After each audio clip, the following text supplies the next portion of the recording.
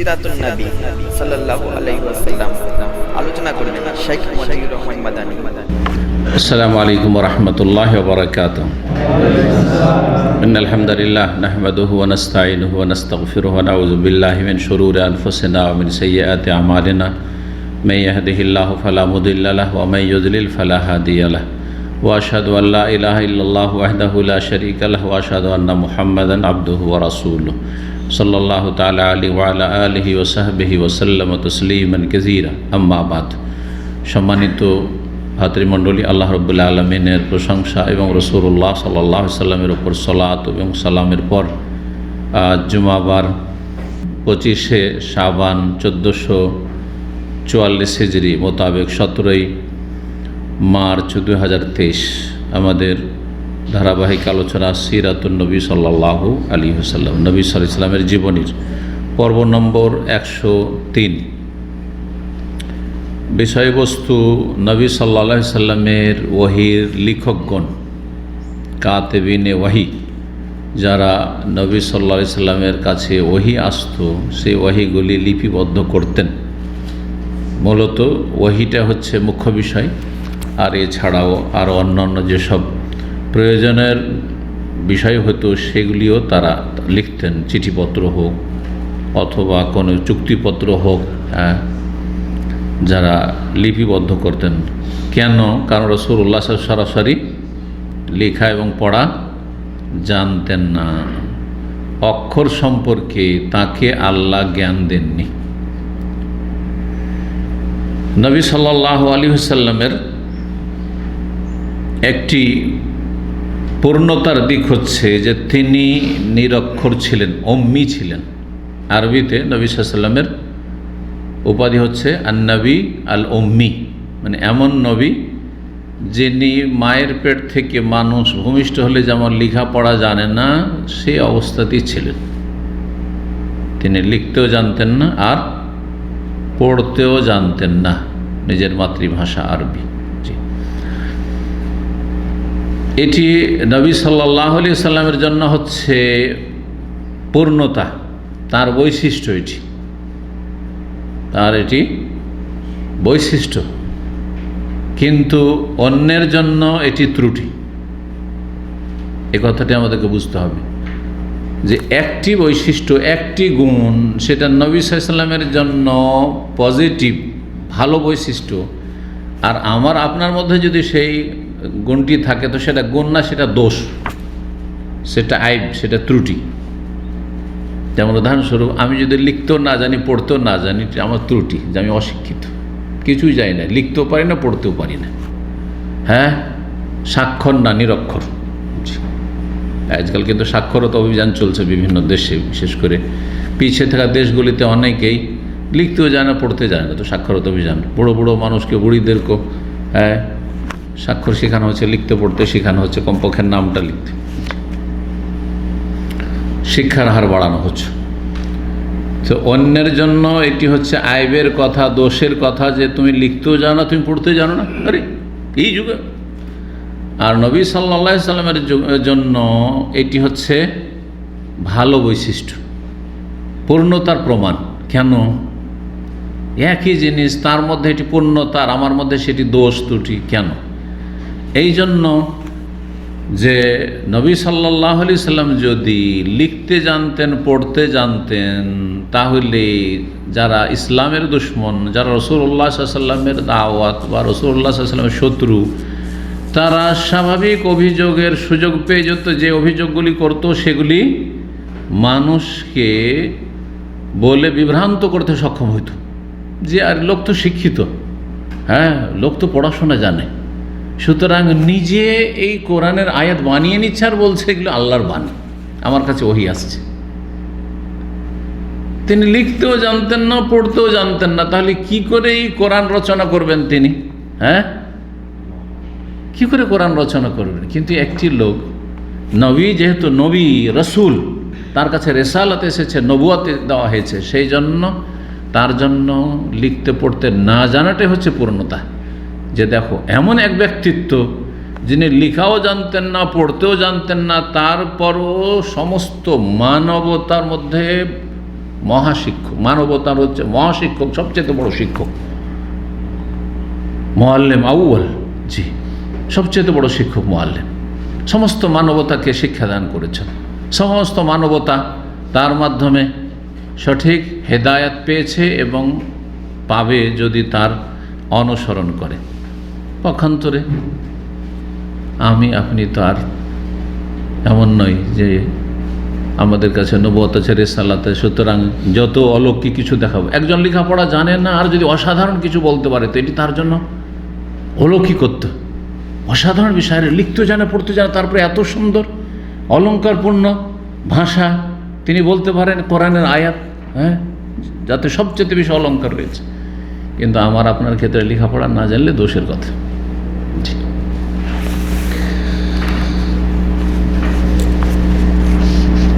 এই কথাই বলেছেন লেখক।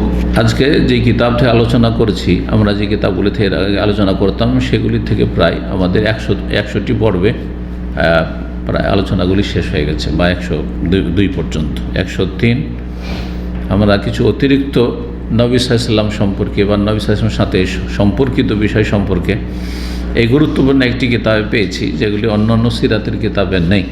সেজন্য সেখান থেকে আমরা সংযোজন করছি আমাদের ফায়দার জন্য এবং জাতির ফায়দার জন্য। এই কিতাবটি মদিনার একজন বড় আলেম, আমাদের যুগে তিনি অনেক মুরব্বী, বয়স্ক ছিলেন, আমাদের ওস্তাদ এবং ওস্তাদদের ওস্তাদ, মসজিদ নববীতে দার্স দিতেন শেখ আবু বকর আল-জাযাইরি। তার ধারাবাহিক কয়েক খণ্ডের তফসির আছে, সেটা লিখিত আকারে তফসির আইসার ও তাফাসিরও আছে। মসজিদ নববীতে তিনি পুরো তফসিরটা দার্স দিয়েছেন, আর সেটা কিতাবের আকারে এসেছে। আর এই নবীর জীবনের উপর আলোচনা করতেন, তারপরে সেটা ধারাবাহিক আলোচনার পরে মসজিদ নববীতে যে দার্স দিতেন সেগুলো রেকর্ড হয়ে এই কিতাবের আকারে এসছে। সেটার নাম হচ্ছে হাযাল হাবিব সাল্লাল্লাহু আলাইহি ওয়াসাল্লাম, ইনি আমার প্রিয় সাল্লাল্লাহু আলাইহি ওয়াসাল্লাম। কিতাবের নামই হচ্ছে হাযাল হাবিব, হাযাল হাবিব মুহাম্মাদুর রাসূলুল্লাহ সাল্লাল্লাহু আলাইহি ওয়াসাল্লাম। তো এই কিতাবের একটি বিষয়, তা হচ্ছে নবী সাল্লাল্লাহু আলাইহি ওয়াসাল্লামের যারা ওহীর লেখক ছিলেন, কারণ তিনি যেহেতু লিখতে জানতেন না, পড়তে জানতেন না, তাহলে ওহী যখন জিবরাইল আলাইহিস সালাম নিয়ে আসলেন সেগুলি কি করে সংরক্ষণ হবে? কাউকে দিয়ে লিখাইতে হবে, হয় নিজে লিখতে হবে, নাহলে কাউকে দিয়ে লেখাতে হবে। তো নবী সাল্লাল্লাহু আলাইহি ওয়াসাল্লামের বেশ কিছু ওহীর লেখকগণ ছিলেন, যারা যে সমস্ত ওহীগুলি যখন যখন নাজিল হইতো, যাকে যখন নির্দেশ দিতেন বা হাতের নাগালে পেলেন, চোখের সামনে পেলেন, এই তুমি লিখো, হ্যাঁ এই আয়াতগুলি লিখো, তারপরে লিখিয়ে দিতেন। নবী সাল্লাল্লাহু আলাইহি ওয়াসাল্লামের উপরে ওহী আসার সাথে সাথে মুখস্থ, আর তারপরে শুধু স্মৃতির উপর নির্ভর না করে সাথে সাথে লিখে না। এই নয় যে মুখস্থ হয়, নবী সাল্লাল্লাহু আলাইহি ওয়াসাল্লাম মুখস্থ হয়ে গেছে, সাথে সাথে জিবরাইল আলাইহিস সালাম যেমন ধীরে ধীরে শুনিয়ে দিয়েছেন, আল্লাহ রাব্বুল আলামিনের বিশেষ হচ্ছে কুদরতের বহিঃপ্রকাশ, যে সাথে সাথে নবী সাল্লাল্লাহু আলাইহি ওয়াসাল্লামের মুখস্থ। তাড়াতাড়ি করে আয়ত্ত করার জন্য, মুখস্থ করার জন্য তাড়াহুড়া লাগিয়ে দিতেন নবী সাল্লাল্লাহু আলাইহি ওয়াসাল্লাম, যে তাড়াতাড়ি করে জিবরাইল বলছে তার সাথে সাথে বলতে থাকি, যাতে কোনো শব্দ ছুটে না যায়। তখন আল্লাহ কোরআনের আয়াত নাযিল, ওয়ালা তাজাল বিল কোরআন মিন ক্বাবলি আন ইউকযা ইলাইকা ওয়াহয়ু। পুরো আয়াত ওহী, বা পুরো আয়াত না, যে কয়েকটি আয়াত হতে একসাথে নাযিল হচ্ছে, একটি সূরা নাযিল, যতক্ষণ পর্যন্ত সম্পূর্ণ জিবরাইল আলাইহিস সালাম না শুনিয়ে দিচ্ছে ততক্ষণ পর্যন্ত তুমি তাড়াহুড়া করিও না, মানে তার পিছনে ফলো করে বলতে থাকিও না। তখন রব্বে জিদনি ইলমা, তুমি শুধু দোয়া করো, রব্বে জিদনি ইলমা, হে আল্লাহ আমার ইলমকে বৃদ্ধি করো। তারপরে সূরা মুরসালাত, লা তুহাররিক বিহি লিসানাকা লিতাজালা বিহি, তুমি কোরআন নিয়ে তাড়াহুড়া করতে গিয়ে তাড়াতাড়ি বলার চেষ্টা করিও না, হ্যাঁ জবান নড়েতে তাড়াতাড়ি শুরু করে দিও না। আল্লাহ বলছেন, নবী সাল্লাল্লাহু আলাইহি ওয়াসাল্লামকে আল্লাহ সম্বোধন করে বলছেন, ইন্না আলাইনা জামআহু ওয়া কোরআন, তুমি চিন্তা করছো যে কি জানি কোনখানে কোনটা শব্দ ছুটে যায়। ইন্না আলাইনা জামআহু ওয়া কোরআন, আমার দায়িত্ব হচ্ছে, আল্লাহ বলছেন, সেই কোরআনকে সংকলন, জমা করা, একত্রিত করা, ওয়া কোরআনা, আর তোমাকে এবং তোমার উম্মতকে শিক্ষা দেওয়া, পড়িয়ে দেওয়া। কোরআন মানে কিরাত, পড়িয়ে দেওয়া, শিখিয়ে দেওয়া। সুম্মা ইন্না আলাইনা বায়ানা, শুধু তাই নয়, কোরআনের তফসির করিয়ে দেওয়া, এটিও আমার দায়িত্ব। আল্লাহ বলছেন, বয়ান মানে হচ্ছে তফসির। এই জন্য বক্তব্যকে তবলিগীদের ভাষা বয়ান বলা হয়, হ্যাঁ, যেটা অনেকে আপনারা বলে থাকেন যে আজকে বয়ান হবে। বায়ান মানে কোনো কিছুকে বিশদভাবে বর্ণনা করা। তো কোরআন শুধু নাজিল করা আল্লাহর দায়িত্ব নয়, বরং সংকলন করা, পড়িয়ে দেওয়া, আর বায়ানা তার তফসির করিয়ে দেওয়া। এমন এমন আলেম আল্লাহ তৈরি করেছেন যে কোরআনে তফসির করে দিয়েছে। জি আছে, উম্মতের কাছে তফসির সংরক্ষিত আছে। তো নবী সাল্লাল্লাহু আলাইহি ওয়াসাল্লাম কাছে যখন যখন ওহী নাজিল হইতো, আর ওহী ছাড়াও বেশ কিছু বিষয় লেখার প্রয়োজন হতো, যেমন কারোর সাথে কোনো চুক্তিপত্র, যেমন হুদায়বিয়া সন্ধির সময় চুক্তিপত্র লিখতে হবে কাফেরদের সাথে। এইরকমই বিভিন্ন রাজনৈতিক চুক্তিগুলি রয়েছে। তারপরে চিঠিপত্র, রাজা বাদশাহ নেতাদের কাছে বিভিন্ন দেশে চিঠি প্রেরণ যে নবী সাল্লাল্লাহু আলাইহি ওয়াসাল্লাম করেছেন, সেই চিঠিগুলি লেখার প্রয়োজন রয়েছে। ইসলামের দাওয়াত দিয়ে বিভিন্ন গোত্রের সর্দারদের কাছে চিঠি লেখা, সমস্ত কাজ যে করেছেন রাসূলুল্লাহ, কাকে দিয়ে করবেন? কিছু তো ডানে বামে সহযোগী লাগবে। এরাই হচ্ছেন কাতেবিন, মানে নবী সাল্লাল্লাহু আলাইহি ওয়াসাল্লামের ক্লার্ক, আজকালকার ভাষায় বলা হয় লেখক, ক্লার্ক। আল্লাহর দিনের দাওয়াত পৌঁছে দেওয়ার উদ্দেশ্যে। জি, তাদের সংখ্যা অনেক। তার মধ্যে অন্যতম প্রায় 19 জনের নাম এখানে উল্লেখ করা হয়েছে, অথচ আমরা মাদ্রাসা পড়েও হয়তো 2-4 জনের নাম হয়তো জানি। অনেকে প্রসিদ্ধ তারা লেখায়। এই তারা যে নবী সাল্লাল্লাহু আলাইহি ওয়াসাল্লামের লেখক ছিলেন, এর মাধ্যমে যেমন নবী সাল্লাল্লাহু আলাইহি ওয়াসাল্লামের ওহী লেখার বিষয়টি জানতে পারলাম, একটা নলেজ। আর একটি গুরুত্বপূর্ণ জানতে পারলাম যে এই সাহাবায়ে কেরামগণ অক্ষরের জ্ঞান রাখতেন, এরা লিখতে পড়তে পারতেন। কারণ অনেকে জানেন না যে আবু বকর, ওমর, ওসমান, আলী তারা সকলে এই 4 খলিফা লিখতে পড়তে জানতেন কি জানতেন? অনেকে ভাবে যে নবী জানতেন না, তো আবার ওরা কি জানতেন, তাই না? তারপরে প্রসিদ্ধ কথা হচ্ছে যে আরব জগতে সেই সময় 1400 বছর আগে মক্কা নগরীতে হাতে গোনা কয়েকজন শুধু লিখতে পড়তে জানত। আর মদিনায় এসে কিছু বাড়লো, আনসারি কিছু। হ্যাঁ, গোটা মক্কায় হাতে গোনা মানে কি 5, 5, 10, এর বেশি হবে না। জি, আর বাকি সব হাজার হাজার লোক যে বাস করে মক্কা নগরীতে সেই যুগে, সব ছিল নিরক্ষর, ছিল, কেউ লিখতে পড়তে জানতো না, সবাই উম্মি ছিল। হুয়াল্লাযী বাআসা ফিল উম্মিয়িনা রাসূল, আল্লাহ সেই সত্তা যিনি নিরক্ষরদের মাঝে উম্মি নবীকে পাঠিয়েছেন। অন্য জায়গায় আন-নবিয়ুল উম্মি সূরা আরাফ আল্লাহ বলেছেন, আর এখানে বলেছেন আল্লাহ রাব্বুল আলামিন কি, যে আল্লাহ সেই সত্তা যিনি উম্মিদের মাঝে, নিরক্ষরদের মাঝে রসুল পাঠিয়েছেন, তাদের মধ্য থেকে একজন, তাদের ভাষাভাষী। তো নবী সাল্লাল্লাহু আলাইহি সাল্লামের যারা লেখক ছিলেন তাদের মধ্যে অন্যতম হচ্ছেন প্রথম আবু বকর সিদ্দিক রাদিয়াল্লাহু তাআলা, তিনি ওহী লিখতেন, কোনদিন শুনেননি। 2 নম্বরে উমর ইবনে খাত্তাব, দ্বিতীয় খলিফা, উমর রাদিয়াল্লাহু তাআলা লিখতেন। 3 নম্বরে উসমান বিন আফফান, তৃতীয় খলিফা, তিনিও লিখতেন, লিখতে পড়তে জানতেন আর ওহী লিখতেন। 4 নম্বরে আলী ইবনে আবি তালিব, আলী রাদিয়াল্লাহু তাআলা, তিনিও লিখতেন। 4 খলিফায় লেখাপড়া জানতেন আর তারা ওহী লিখতেন, নবী সাহেব চিঠিপত্র লিখতেন। এই জন্য হুদায়বিয়ার সন্ধির যে চুক্তিপত্র লেখা হচ্ছিল, কে লিখছিলেন? আলী রাদিয়াল্লাহু লিখছিলেন। সিরাতে আমরা আলোচনা করেছি, আলী লিখছিলেন। আর নবী সাল্লাল্লাহু আলাইহি সাল্লামের সম্পর্কে যখন চুক্তিতে লেখা হলো যে এই চুক্তি হচ্ছে নবী মুহাম্মদ সাল্লাল্লাহু আলাইহি সাল্লামের পক্ষ থেকে, প্রথম লেখা হয়েছে বিসমিল্লাহির রহমানির রহিম, বিসমিল্লাহ দিয়ে শুরু করা হয়েছে, রহমানির রহিম। তারপরে এই চুক্তিপত্র হচ্ছে নবী মুহাম্মদ সাল্লাল্লাহু আলাইহি সাল্লামের পক্ষ থেকে মা কুরাইশ, মক্কার কুরাইশ বংশের সাথে বা আহলে মক্কার সাথে। তখন মক্কার লোকেরা 2টো বিষয়ে আপত্তি তুলেছিল। কি কি মনে আছে? হ্যাঁ, 2টো কথা। একটা হচ্ছে বিসমিল্লাহতে আপত্তি, যে মক্কার কাফেররা আল্লাহকে আল্লাহ বলতে, কিন্তু রহমান বলতো না, বলছে রহমান নেই, আল্লাহর নাম রহমান না, আল্লাহর নাম রহমান না। কালু ওমর রহমান, রহমান আবার কি, আমরা মানি না। আনাস চৌধুরী মাতা আমার মোহাম্মদ, তুমি বললেই রহমানকে সিজদা করে তো, আমরা রহমান না মানি না। যেমন আমাদের দেশের লোকেরা বেদাতি ভাষা বললে খোদা হাফেজ বলে এমন অভ্যাস যে আল্লাহ হাফেজ বলতে বলে আপত্তি। যেটা সঠিক সেটাই বলতে বলছেন, ও খোদা হাফেজ বলবে কিন্তু আল্লাহ হাফেজ বলতে রাজি না। হ্যাঁ, তো এইরকম এরা ছিল অজ্ঞ। জি, যুগে যোগ্যতার কারণে এরকম মানুষ ভুল করে। তারা বলতো আল্লাহ মানি কিন্তু রহমান মানি, সুতরাং বিসমিল্লাহির রহমানির রহিম চলবে না। তাই নবী সাল্লাল্লাহু জিজ্ঞেস করলেন কি লিখতে হবে, বলছে বিসমিকা আল্লাহুম্মা, হে আল্লাহ তোমার নামে শুরু করছি। কারণ আল্লাহ আমরা মানি, তো আল্লাহুম্মা লিখলে মানবো, কিন্তু রহমান মানবো না, রহিম মানবো না। তো এটি একটি আপত্তি হলো। আরেকটি আপত্তি, মোহাম্মদিন রসুলিল্লাহ, মোহাম্মদ যদি রসুল্লাহ মেনে নিলাম, এই চুক্তি দাঁড়িয়েতে স্বাক্ষর করব, তাহলে তোমার সাথে আর আমাদের দ্বন্দ্ব কি? এইটা মানি না, সেই জন্য তো এত দ্বন্দ্ব। হ্যাঁ, তো এই রসুল্লাহ লেখা চলবে না। কি লিখতে হয়? বলছে মোহাম্মদ বিন আবদুল্লাহ লিখো। আবদুল্লাহর সন্তান মোহাম্মদ, আবদুল্লাহর ছেলে মোহাম্মদ লিখো। নবী সাল্লাল্লাহু আলাইহি ওয়াসাল্লাম বলছে ঠিক আছে, তোমাদের সাথে চুক্তি করতেই হবে, যতই বাহ্যিক হার হোক না কেন, কিন্তু চুক্তি আল্লাহর হুকুম, এতেই হেকমত আছে এবং এতেই জিত আছে, যেটা কাফেররাও বোঝেন না আর সাধারণ মানুষও বাহ্যিক দৃষ্টিতে বুঝে না। লস আর লস মনে হচ্ছে।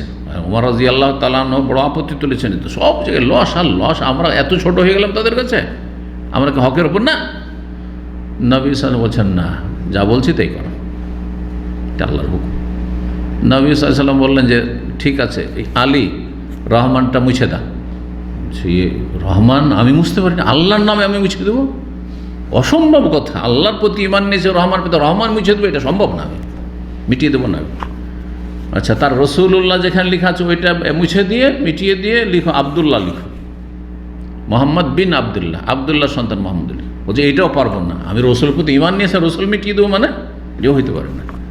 তখন নবী সাল্লাল্লাহু আলাইহি সাল্লাম এটাও জানেন না, ঠিক আছে লিখতে পড়তে জানেন না মানে এমন যে রসুল কোনখানে রা সিন ওয়াউলাম আর রহমান কোনখানে ওইটাও জানেন না। বলছে কোন জায়গাতে রহমান লেখা আছে, কোন জায়গায় রসুল লেখা আছে, আমাকে দেখিয়ে দাও।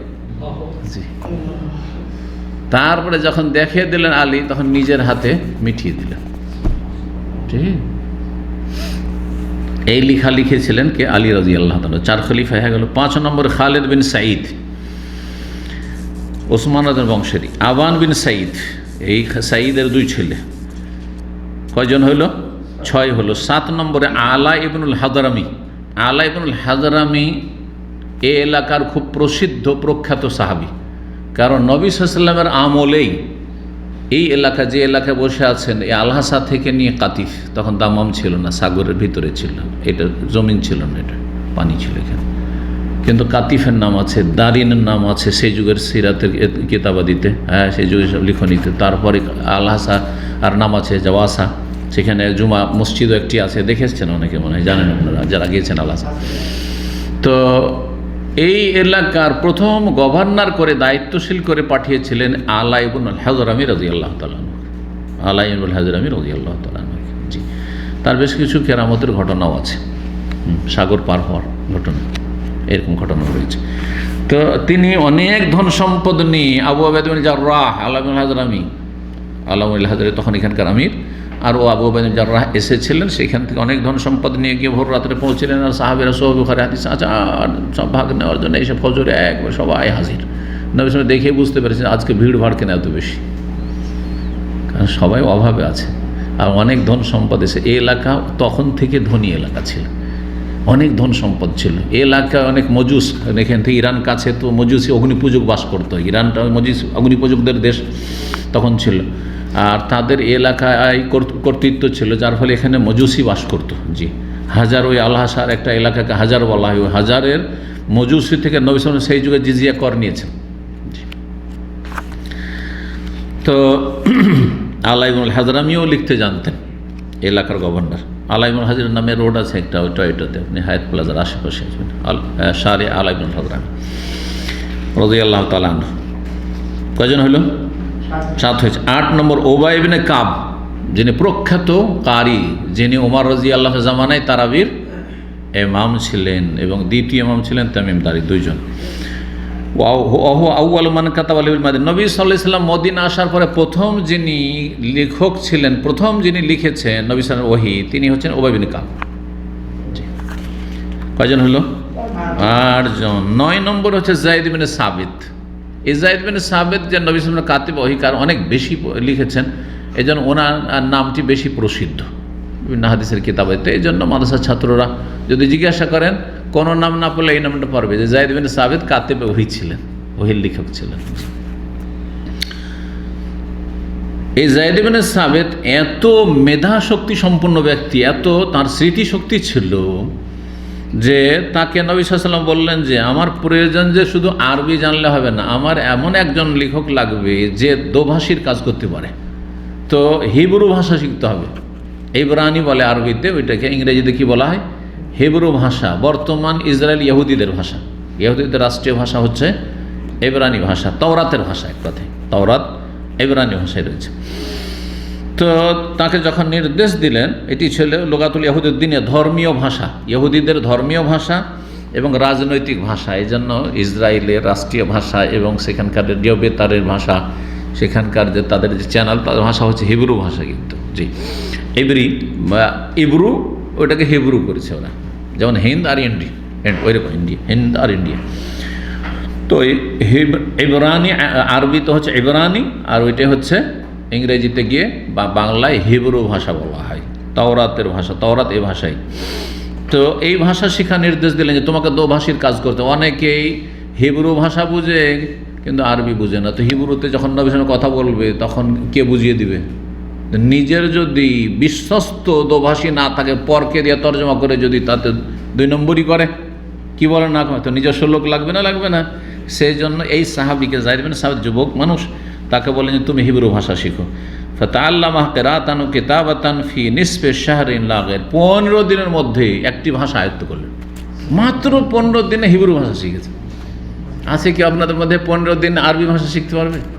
হিব্রু না, ইহুদিদের ভাষা না, ইসলামের ভাষা, কোরআনের ভাষা 15 দিনে শিখে দিত, 1 মাসে চলেন শিখে দিত, এই গোটা রমজানে। দেখি হিম্মত কার এরকম আছে। এই হচ্ছেন যায়েদ বিন সাবিত রাদিয়াল্লাহু তাআলা, জি 15 দিনে শিখেছিলেন। কয়জন হলেন? 9। 10 নম্বর আব্দুল্লাহ ইবনে সাদ ইবনে আবি সারহ, ইনি কাতিব ওহী ছিলেন, কিন্তু মাঝখানে হতভাগা হয়ে গেছে। কী হয়েছিল? কাতিব ওহী একসময় ওহী লিখত, আর তারপরে সে মুরতাদ হয়ে গেল। কখন যে কেউ গুমরাহ হয়ে যায়, এই জন্য ভাববেন না আমি সহি আকীদা পেয়ে গেছি আর ইসলামী সেন্টারের ছাত্র, দীর্ঘদিনের ছাত্র হয়ে গেছি আর সৌদি আরব থেকে আমি সহি আকীদা নিয়েছি, কখনো আমি গুমরাহ হব না, কখনো না। আল্লাহকে সবসময় হিদায়াতের দোয়া করতে হবে। সাহাবী মুরতাদ হয়ে যাচ্ছে, আপনি কে আর আমি কে? আল্লাহ যেন হেফাজত করেন। আল্লাহ মুকাল্লিবাল কুলুব সাব্বিত কলবি আলা দীনিক। জি আপনি জানেন যে সহি আকীদায় এসে অনেককে জেনেছেন এরা সহি আকীদা এসে, তারপরে কেউ আহলে কোরআন হয়ে হাদিস অস্বীকার করেছে। বাংলাদেশে এরকম আছে। মৌলভী পাকিস্তান থেকে পড়ে আসছে, প্রথমে এসে ছিল দেওবন্দি, হানাফি ছিল কওমি, আর তারপরে বললো যে আমি আহলে হাদিস স্বীকার করিনি, বলছে আমি মুসলিম, আমি হানফিও না আর আহলে হাদিস ওই সব নামটাম না, মুসলিম একটা মুসলিম গুরু বাংলাদেশে বেরিয়েছে। কথা বুঝতে পারছেন? মুসলিম আমি, মানে কোরআন হাদিস মানব। তারপরে এখন বলছে হাদিস মানি না। এখন তার বক্তব্য চলে সোশ্যাল মিডিয়াতে, হাদিস মানি না। হাদিস না মানলে মুসলিমও থাকে না। হাদিস না মানলে সালাত আদায় করতে পারবে না, সিয়াম রোজা রাখতে পারবে না, যাকাত দিতে পারবে না, কোনো আমলই করতে পারবে না। সুতরাং মুসলিম থাকতে পারবে না। কীভাবে গুমরাহ হয়ে? সহিহ আকীদার সন্তান কাদিয়ানি হয়ে আছে। কি যে কখন গুমরাহ হয়ে যায়। তার আশেপাশে বড় বড় মাদানিও আছে, তার নিকটার্থী, আর একজন কাদিয়ানি, নাম বলবো না। কথা বুঝতে পেরেছেন? এই জন্য কখনো চিন্তা করবেন যে আমার মতো লোক কি আর কখনো গুমরাহ হয়। এই জন্য ইমাম ইব্রাহিম তাইমি তাবেঈ রাহিমাহুল্লাহ বলছেন, ওমাই ইয়ামানুল বালা বাদা ইব্রাহিম। ইব্রাহিম আলাইহিস সালাম খলিলুল্লাহ, যিনি লা ইলাহা ইল্লাল্লাহর জন্য আগুনে জ্বলেছে, আগুনে ঝাঁপ দিতে হয়েছে, আগুনে ফেলে দেওয়া হয়েছে, আল্লাহ রক্ষা না করলে ওকে জ্বালিয়ে শেষ করে দিত কাফেররা, তাই না? নমরুদ এবং নমরুদের সেনাবাহিনী, কিন্তু আল্লাহ রক্ষা করেছেন। তা আগুনে তো নিক্ষেপ করা হয়েছে তাকে, ঠিক না? কিসের জন্য? শুধু লা ইলাহা ইল্লাল্লাহর জন্য। তিনিও দোয়া করছেন, আর তিনি নিজের হাতে আবার মূর্তি ভেঙেছেন। আমরা তো নিজের হাতে একটা মাজারও ভাঙতে পারিনি, মূর্তি ভাঙা তো দূর কথা, এটা মাজারও ভাঙতে পারিনি। চোখের সামনে মাজার দেখছি, পারিয়ে বরদাস্ত হোক আর না হোক আমাকে মানতেই হবে, ভাঙা চলবে না, ভাঙলে অপরাধী আপনি। হ্যাঁ ঠিক না? ইব্রাহিম হাসান নিজের হাতে কি করেছেন? সবগুলি মূর্তি ভেঙে চুরমার করে দিয়ে বড় দেবতাটিকে রেখেতে, মূর্তিটিকে রেখেতে, আর ওর গাড়ির ওপর, কাঁধের ওপরে কুড়ালকে চাপিয়ে দিয়েছে। জিজ্ঞাসা করো ওকে, ওর ঘাড়ের ওপর দেখছি ভেঙে থাকলে ওর হয় ও ভেঙেছে, আর না হলে বলুক যে কে ভেঙেছে। বলতেও পারেন না আর ও ভাঙতেও পারে না, তাহলে যে বলতেও পারে না, ভাঙতে পারে, তার কেন পূজা করছো? তো ইব্রাহিম আলাইহিস সালাম কি দোয়া করেছেন? সূরা ইব্রাহিম আছে, ওয়াজন্নবনি ওয়া বাবানি আন না'বুদাল আসনাম, আল্লাহ আমাকে রক্ষা করিও আর আমার সন্তানদেরকে রক্ষা করিও, ইসমাইল, ইসহাক, ইয়াকুব সবকে, আমার প্রজন্মকে রক্ষা করিও আন না'বুদাল আসনাম, মূর্তি পূজা থেকে। নিজের হাতে মূর্তি ভাঙছে, কল্পনা আর রসুল, কত বড় রসুল তিনি, আল্লাহর খলিল, তারপরে এত ভয় করছেন শিরকে। আল্লাহ কখনো যেন আবার মূর্তি পূজায় আমি না লেগে যায়, আমার ছেলেরা না লেগে যায়।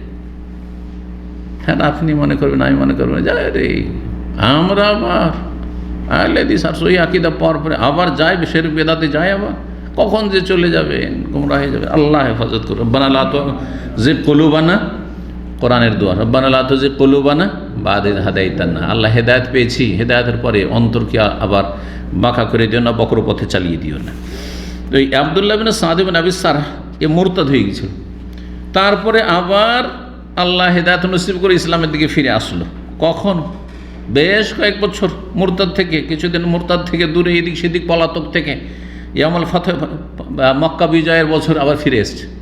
মক্কা বিজয়ের বছর ফিরে এসছে, যেভাবে ফিরে আসুক, দেখছে মক্কাও তো বিজয় হয়ে গেল, আর পালি আর কোথায় আশ্রয় নিব, আর তো আশ্রয়ের জায়গা নেই। আল্লাহ হেদায়েতের জন্য বিভিন্ন কারণ তৈরি হয় মানুষের, ইউটার্ন করার।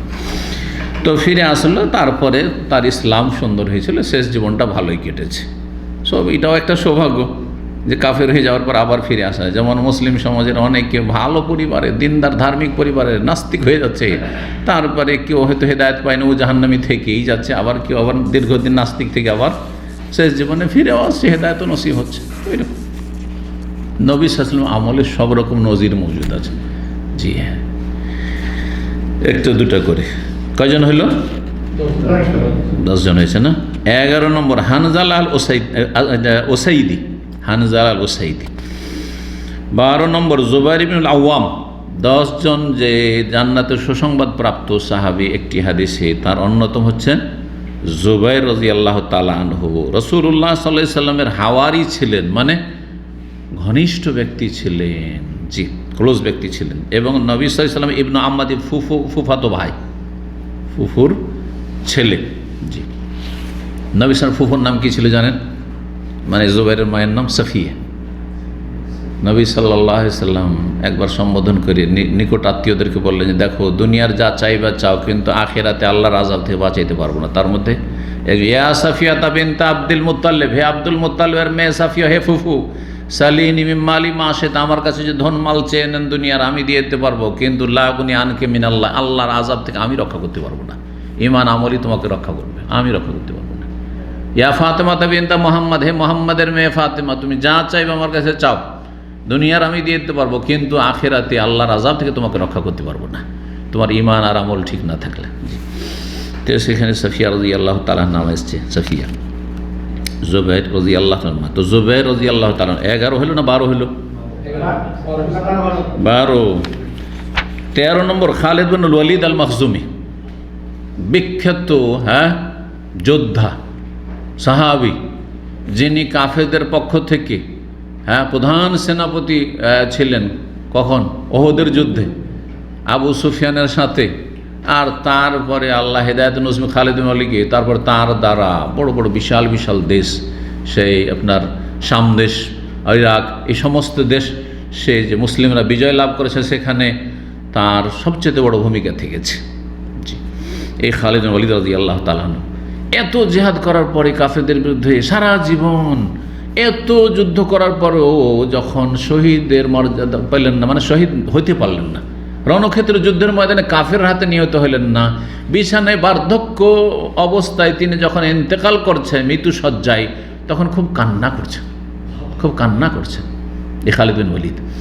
তখন তার সাথীর সঙ্গে সাহাবায়ে কেরামগণ গিয়ে তার খুব প্রশংসা করেছে, তুমি তো এত জিহাদ করেছো আল্লাহর রাস্তায়, এত নেক আমল তোমার রয়েছে, এত তোমার কোরবানি ত্যাগ রয়েছে, তুমি কেন কান্না করছো? তুমি আল্লাহর আযাবের ভয়ে কান্না করছো, নাকি তুমি মরতে চাও না, দুনিয়ার মায়ায় কান্না করছো? কারণ মরার সময় কান্না করে হয় আল্লাহর আযাবের ভয়, যে আল্লাহ কি হবে আমার, আমি যেদিকে যাচ্ছি। যারা ভালো মানুষ তাদের এইরকম কান্না হইতে পারে। আর যারা দুনিয়াদার, দুনিয়াকে কামড়ে ধরে আছে, তাদের আর অধিকাংশ মানুষের অবস্থা কান্নাতে বোঝা যায় যে কী জন্য কান্না করছে। ও মরতে চায় না, ও আমার স্ত্রী ছুটে যাবে আজকে, হায় রে, কী হবে, আমার স্ত্রীটা যাবে, বিধবা হয়ে যাবে, আর আমি দুনিয়ার ভোগবিলাস থেকে একেবারে বঞ্চিত হয়ে যাবো, আজকে শেষ আমার দুনিয়া। মানে দুনিয়াটা কি মনে করছে এটাই হচ্ছে আয়শ আরামের জগৎ যেন, অথচ যেদিকে যাচ্ছে সেখানে কিন্তু আরাম ভালো মানুষের জন্য, এখানেই তো ঝামেলা, ফেতনা, বালা মুসিবত। জি, কিন্তু ওই তাকওয়া দিনদারি থাকলে তো, যার ফলে অধিকাংশ মানুষকে কাঁদতে দেখা যায় এই ক্ষেত্রে। কী জন্য? দুনিয়া কামড়ে ধরে আছে, দুনিয়া যে ছুটে যাবে, ছেলে মেয়েগুলো এতিম হয়ে যাবে, স্ত্রী বিধবা হয়ে যাবে, দুনিয়ার আমার ভোগবিলা সব হাইরে, সব গেল, কত আশা ছিল সব নিরাশায় পরিণত হইল, আমার স্বপ্নের বাস্তবায়ন হইল না, সেই জন্য কান্না করছে। তাহলে জানতে হবে কোনো ভালো মানুষ না সে।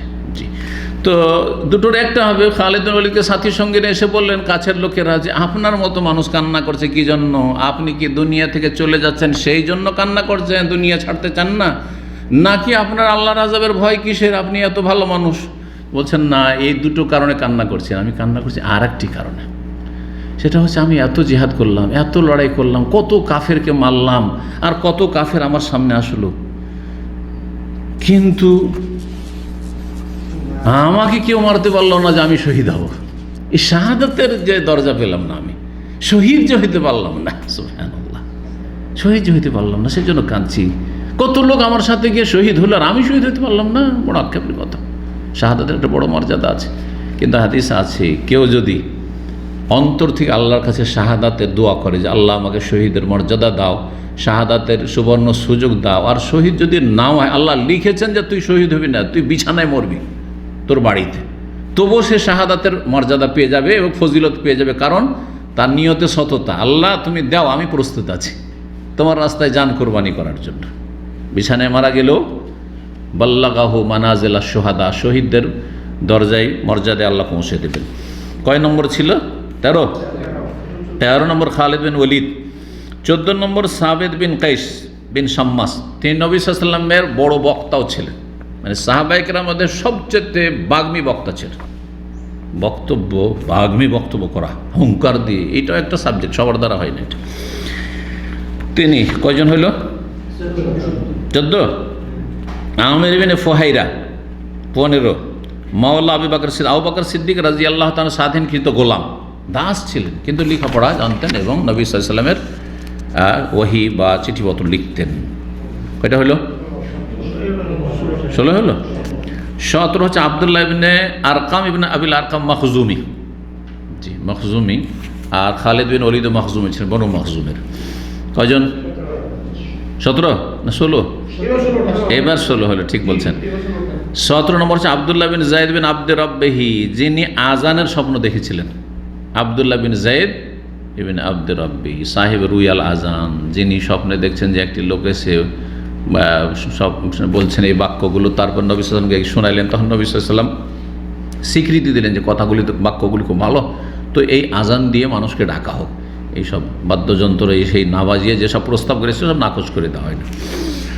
তো ইনিও লেখক ছিলেন নবী সাল্লাল্লাহু আলাইহি ওয়াসাল্লামের। কয়জন হলো? 17। 18 হচ্ছেন মুহাম্মদ ইবনে সালামা আনসারি, মুহাম্মদ ইবনে সালামা আনসারি। 19 নম্বর হচ্ছেন বিখ্যাত তাবেঈ, বিখ্যাত সাহাবী, আর তারপরে খোলাফায়ে রাশিদিনের পরে প্রথম যিনি খলিফা এবং রাজা, এবং রাজাদের মধ্যে সবচেয়ে ভালো, খায়রুল মুলুক, ভালো রাজা, তিনি হচ্ছেন মুআবিয়া বিন আবি সুফিয়ান রাদিয়াল্লাহু তাআলা আনহুমা। আবু সুফিয়ানের ছেলে মুআবিয়া রাদিয়াল্লাহু তাআলা নবী সাল্লাল্লাহু আলাইহি ওয়াসাল্লামের সম্পর্কে কি হন? শ্যালক। হ্যাঁ, ইনশাআল্লাহ। জি, তিনি দীর্ঘ 20 বছর খলিফা থেকেছেন, দীর্ঘ 20 বছর খলিফা থেকেছেন, 40 হিজরি থেকে শুরু করে 60 হিজরি পর্যন্ত। জি, তো এই মুআবিয়া নবী সাল্লাল্লাহু আলাইহি ওয়াসাল্লামের প্রসিদ্ধ বা প্রখ্যাত লেখক ছিলেন। তিনি রাসূলুল্লাহ সাল্লাল্লাহু আলাইহি ওয়াসাল্লামের সামনে লিখতেন, বসে বসে লিখতেন, কাতে বই। জি, এই মর্যাদা তিনি হাসিল করেছেন। কয়জন হইল? 19 জন হয়েছে। মুগীরা বিন শুবা সাকাফি 20 নম্বর। মুগীরা বিন শুবা, যিনি মুজার ওপর মাসের হাদিস বর্ণনা করেছেন, আনিল মুগীরা বিন শুবা বলেই হাদিসটি বর্ণিত হয়েছে। এই 20 জন, জি, এই 20 জনের কথা উল্লেখ করেছেন এখানে। আমরা আজকে জানলাম এই 20 জন সাহাবী যারা রাসূলুল্লাহ সাল্লাল্লাহু আলাইহি ওয়াসাল্লামের লেখক ছিলেন। মূল বিষয় ছিল ওহীর লেখা, আর ওহী ছাড়াও অন্যান্য বিষয়গুলি লিখতেন। এখানে আজকের আলোচনা শেষ করছি, কারণ আমাদের এই বিষয়বস্তু শেষ হয়েছে। নতুন একটি বিষয়বস্তু আসবে, সেটাও দীর্ঘ হবে। সেটা হচ্ছে রাসূলুল্লাহ সাল্লাল্লাহু আলাইহি ওয়াসাল্লামের স্বাধীনকৃত দাস, যেগুলিকে নবী সাল্লাল্লাহু আলাইহি ওয়াসাল্লাম স্বাধীন করেছেন। হয় গোলাম হয়ে নবীর কাছে এসেছেন, তখন স্বাধীন করে আজাদ করে দিয়েছেন, দাসমুক্ত করেছেন, অথবা কারো কাছ থেকে খরিদ করে নিয়ে দাসমুক্ত করেছেন। জুলমের শিকার হচ্ছে, তো তাদেরকে কি করেছেন? দাসমুক্ত করে দিয়েছেন খরিদ করে, যেটা বড় নেকির কাজ। তাদেরকে মাওয়ালি বলা হয়, আজাদকৃত স্বাধীনকৃত গোলাম রাসূলুল্লাহ সাল্লাল্লাহু আলাইহি ওয়াসাল্লাম এবং দাসী। তাদের আলোচনা ইনশাআল্লাহ তাআলা এর পরের পর্বে আমরা 104 নম্বরে করব। আর তারপরে আর দুই একটি বিষয়, নবী সাল্লাল্লাহু আলাইহি ওয়াসাল্লামের বৈশিষ্ট্য আর নবী সাল্লাল্লাহু আলাইহি ওয়াসাল্লামের মুজিজাত কিছু আলোচনা করব ইনশাআল্লাহ। এর মাধ্যমে আমাদের ধারাবাহিক সিরাতুন নবী শেষ হবে ইনশাআল্লাহ। জিলহজ পর্যন্ত আমরা সেগুলি সেরে নেব আল্লাহ তৌফিক দিলে। বাকি এই যে রমজান আসছে, এতে আমাদের এই দার্সগুলি স্থগিত থাকবে, কারণ ইফতার ক্যাম্পে মূলত আমাদের প্রতিদিনের বিষয়ভিত্তিক ইফতারের আগে 1 ঘন্টা দার্স হবে, যেমনটা জুমার পরেও বলেছি। আল্লাহ রাব্বুল যেন কবুল করেন ইনশাআল্লাহ তাআলা। রমজানের পরে যখন আবার শুরু হবে, তখন আমরা আবার এই দার্সে ফিরে আসব। আল্লাহ তৌফিক দান করেন। আল্লাহ আপনাদেরকে সুস্থ রাখেন, নিরাপদ রাখেন, আমাকেও সুস্থ রাখেন, ভালো মানুষদেরকে আল্লাহ ভালো রাখেন, এবং আমাদের সকলের রুজিতে দিন দুনিয়ায় আল্লাহ যেন বরকত দান করেন। ওয়া সাল্লাল্লাহু সাল্লাম আলা নবিয়িনা মুহাম্মদ ওয়া আলা আলিহি ওয়া সাহবিহি আজমাইন।